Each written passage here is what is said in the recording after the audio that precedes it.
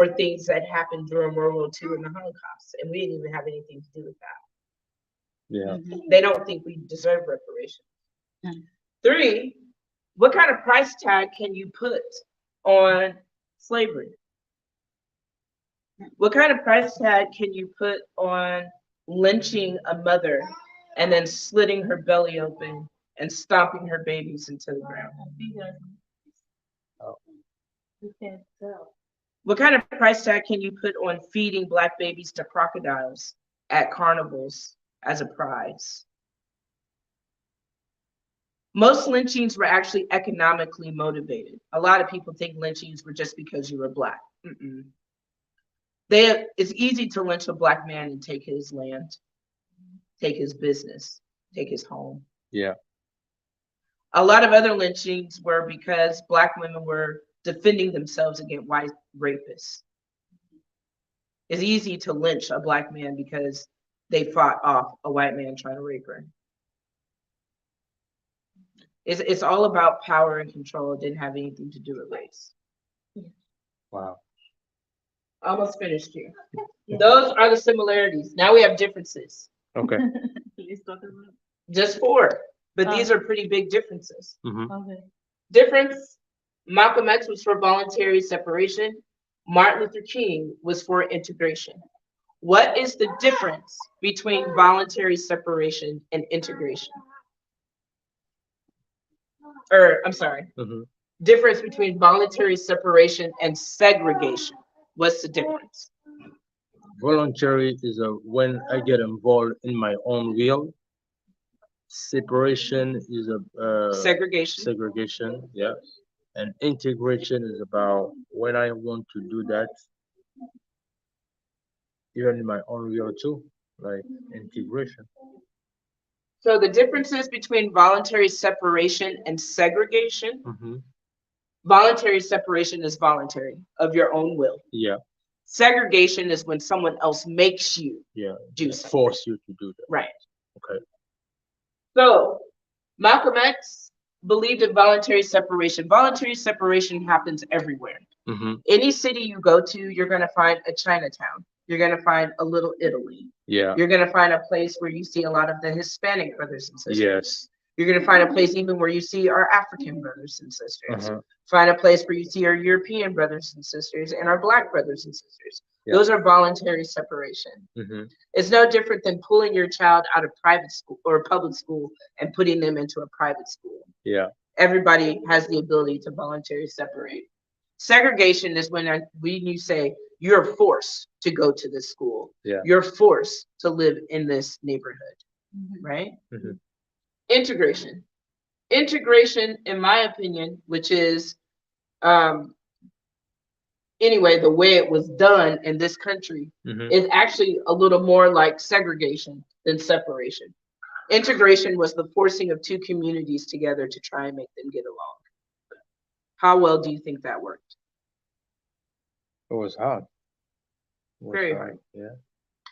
Ruby Bridges was one of the first Black children to integrate her elementary school, right? Yeah, yeah, I know that. Yes. Ruby Bridges did not actually integrate her school. She had to be walked back and forth to school with National Guard. Yeah. Yeah. So yeah, that means because like, they were trying to hurt her, kill her, rape So- her. They would have did all kinds of things to that little baby. Yeah. Ruby Bridges actually didn't see a classroom. She was downstairs in the basement in the janitor's room getting her instructions. What? Ruby Bridges could not eat the school food because the cafeteria workers were trying to poison her. So they had to bring her food from home. Oh my God. That's not integration. No, that's not. Of course not. Integration is when you see an interracial couple. When they want to come together, they do that willingly and voluntarily. What happened was very traumatic for Black people. Integration also took all of our Black-owned businesses. Because when we were segregated, we had Black stuff because we couldn't use the white stuff. But once we got integrated, all of those bigger companies and bigger businesses with more money was able to take over a lot of our Black-owned businesses. And that's why it's so hard for us to struggle to get our businesses today. Yeah. Wow. All right. So I want you to close your eyes for a second. Okay. And I want you to imagine that is 1963. You're in the United States. It's the height of the civil rights movement. And I want you to think about all of the photos or videos that you've ever seen about the civil rights movement, of the dogs attacking people, of the police beating people with batons, fire hoses. Just think about the things that you didn't see that happened off camera. People being dragged into alleyways, all kinds of atrocities. Now imagine it's 1963 and you have the ability to either join Malcolm X in the North or Martin Luther King in the South. Where are you gonna go? I think I'm gonna go with Malcom. Why? Because I know Martin Luther King is for peace, but you can just like if you need freedom, you have to fight, you have to get killed, you have to kill. So if you need like they say that it's not I don't like violence, but Right. at that time, if you like you kill someone and if I have to kill you, I will kill you too. It's not like I it mean, was just a big fight. yeah, You going with So when Malcolm or there's Martin? no peace, no, for real, I will go with We're gonna go Malcolm. outside in just a second. Can you hang out for just a second? Yeah. yes. Okay. Yeah, I will go with Malcolm. It's because the thing is, I do believe um, we don't negotiate freedom. You have to fight for. Very true. And the thing is, as long as we ask people like, hey, can you give me something? Mhm. It's going to be a condition about it. Like, and that's where I feel like, Black people will only be free when they reach down to the inner depths of their own being and signs with the pink and it of assertive manhood his own emancipation proclamation. Yeah. You cannot beg someone else for your freedom. Similarity or differences. If you're going to go to see Malcolm X, you understand that Malcolm X believes in self-defense. And so therefore he believes in defending not only himself, but anybody else with him. If you're going up north to see Malcolm X, if you go to hear the ministers speak, you're going to be surrounded by the fruit of Islam, which is the military portion of the Nation of Islam. And they're going to keep you safe from distractors, racist people, people who want to hurt you. Because you can't hurt Malcolm, so you can't hurt Malcolm's people. If you are going to Martin Luther King in the South, you have to understand that you got to be prepared for war. Martin Luther King was a peaceful man that had violence that followed him because he didn't believe in self-defense. Malcolm X was unwilling to subject himself to abuse. Martin Luther King was willing to subject himself to abuse for as long as it took. So if you're going down south, you have to understand that violence followed this man of peace. And if you're going up north, you have to understand the person that they claim was violent never had any violence at any of his rallies. Not once. There was always peace at Malcolm X's violence because they had his peace, right? So what is the South part? Where is the South part? South is Georgia, Alabama, Louisiana. Wherever you see that civil rights footage, that was only with Martin Luther King, with people getting beat up. All of that stuff was down south with Martin, not up north with Malcolm. Malcolm X believed in achieving freedom by any means necessary as the situation dictated. Martin Luther King utilized any method but violence. Malcolm X believed in meeting violence with self-defense. Martin Luther King met violence with passive resistance. As the saying goes, if you let a bully beat you, they'll beat you to death. And Malcolm X would tell you, if you listen to his speeches, that it's unnatural for you not to defend yourself. And you can find that in everything in nature. Nothing in nature lets you just beat on it, kill it. It will try to run or defend itself. Even your body, if something enters into your body that'll make you sick, what does your body do? Mounts a defense and it tries to eradicate it and annihilate it completely. Even if you chop into an onion, the smell that you get from the onion is the onion's natural self-defense mechanism to keep it from being eaten by predators. If onions can defend themselves, surely we can too. We're about to go right now.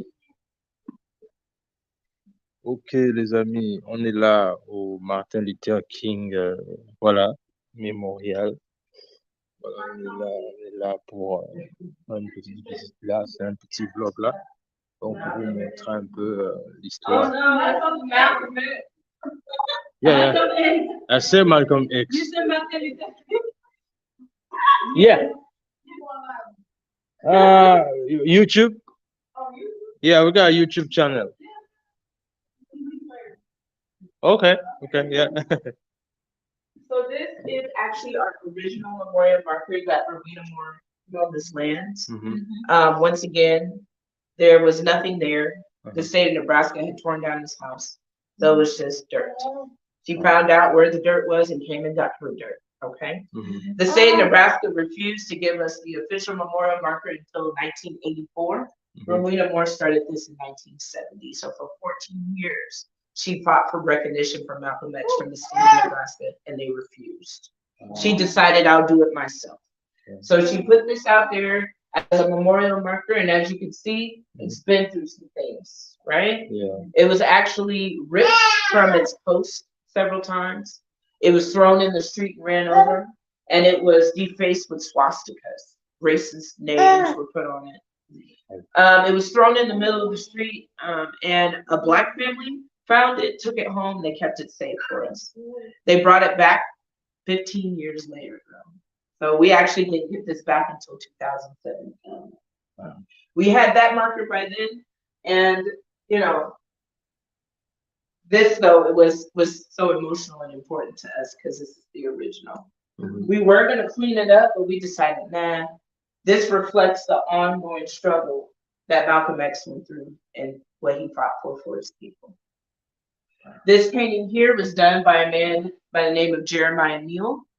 Jeremiah Neal was actually a drug addict. He was homeless. He was addicted to crack and other things. He read the autobiography of Malcolm X. He said it changed his life. He's now over 10 years sober, and he sits on the board of directors of the homeless shelter that he used to stay at. He painted that for us. He said it only took him a week. That's how motivated he was and appreciative he was of Malcolm X's legacy. Let's go on outside.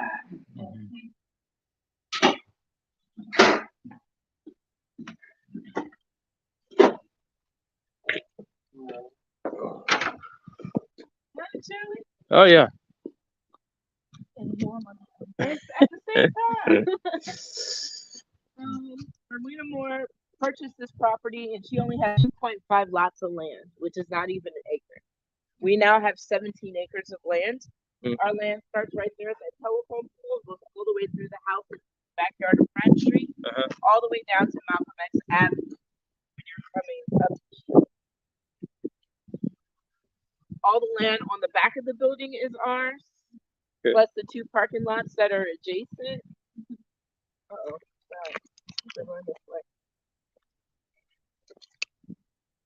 And all the land you see, and to the second line of trees up there, belongs to us as well. Some not so fun facts about Omaha, Nebraska. Omaha, Nebraska was voted the worst place for African Americans to live. Oh yeah? Yeah. In 2014. You can Google that. Wow. I like it. Yeah. Which is me. Omaha, Nebraska, particularly North Omaha, is also considered one of the poorest communities in the United States, even if you look at Chicago and LA and Detroit. The reason for that is because we have so many rich white people who live here. There's so many rich white people, so much income that flows in, and none of it comes down to the North Omaha community, less than 1%. So because the disparity between the very rich and the very poor is so large, we are considered one of the poorest communities. Also, if you live in this community, 68110, 68101, 102, 103, your lifespan, according to a study, is going to decrease by 10 years just from living in these zip codes. If you move outside of the zip code, then your lifespan goes up 10 years. The reason for that is racism, particularly environmental racism. The lead, the water, lead in the ground. We also have a lot of all of that Memorial de Malcolm X. Huh? Uh-oh. Uh, These four squares is where Malcolm X's house originally. this? These four squares. One, two, three. Was the original plot of land Uh-huh. the house stood on, and this was the original lot that Rowena Moore purchased. Wow. Once again, the state of Nebraska tore his house down shortly after he was assassinated, and there are no pictures of his house. There's no footprints. There's no floor plans. We don't actually know what his house looks like. Everything has either been erased, eradicated, or destroyed. We were able, though, to go back through historical photos and look at the houses surrounding Malcolm's house and get an idea of what his house probably looked like based off of the rest of the house. And so we built our greenhouse in a simile of what we think Malcolm's house looked like. And do you think at that time, his children, they were small? Can they remember like how was the house? Probably not.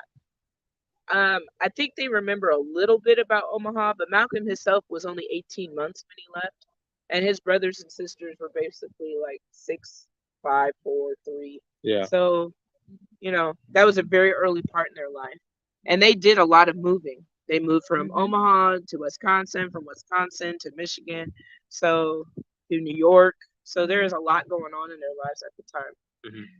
6 people would have lived in this house. Earl, Louise Little, and their 4 children. No running water, no electricity, no plumbing. Yes. Can you imagine? It's cold. Cold. And why they didn't have all of that? Because it was the 1920s and you had to be rich to have all of that. And they were.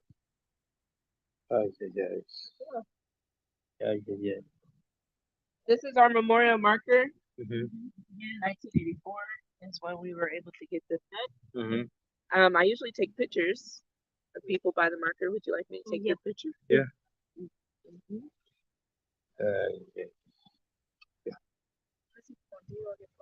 Yeah. No. Can we use this? Yeah. Okay. Show me what to do.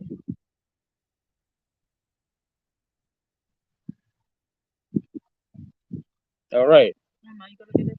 No, we must go. Yes, Mama. So I just press the button right here, right? Yes. Yes. Okay.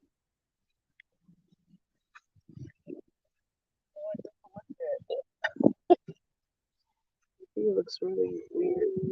Oh, Yeah. there it is.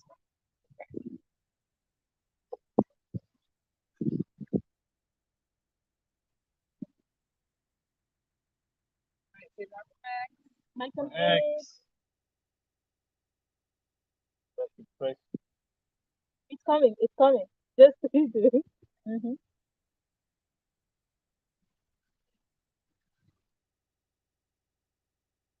Yay. Malcolm X. You want to take one on the side so you can read what's in the middle? Yeah. Yes. Thank you.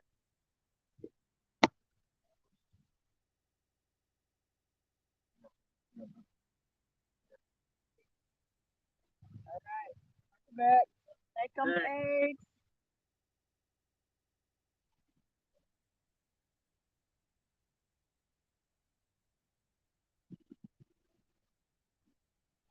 Thank you. Yeah, wonderful. Okay. Here we have our 5 pillars. Uh-huh. They represent the tenets of of Islam, because Malcolm X was an Islam member of the Islamic faith. Yeah. We honor his faith here. The first pillar is Shahada, which is the statement of faith. If you're a Christian, you're going to say something like, I believe Jesus Christ is the Son of God. If you're a Muslim, it's going to be more like, there's no God but Allah and Muhammad is the Prophet. Yeah. Then we have the prayers that they say 5 times a day. They're required to say their prayers due east 5 times a day. Our house is actually positioned directionally true due east, and we have Muslim brothers and sisters that come and say their prayers. We have Ramadan, which is happening right now. Actually, our Muslim brothers and sisters, it's a month of fasting. from Yeah.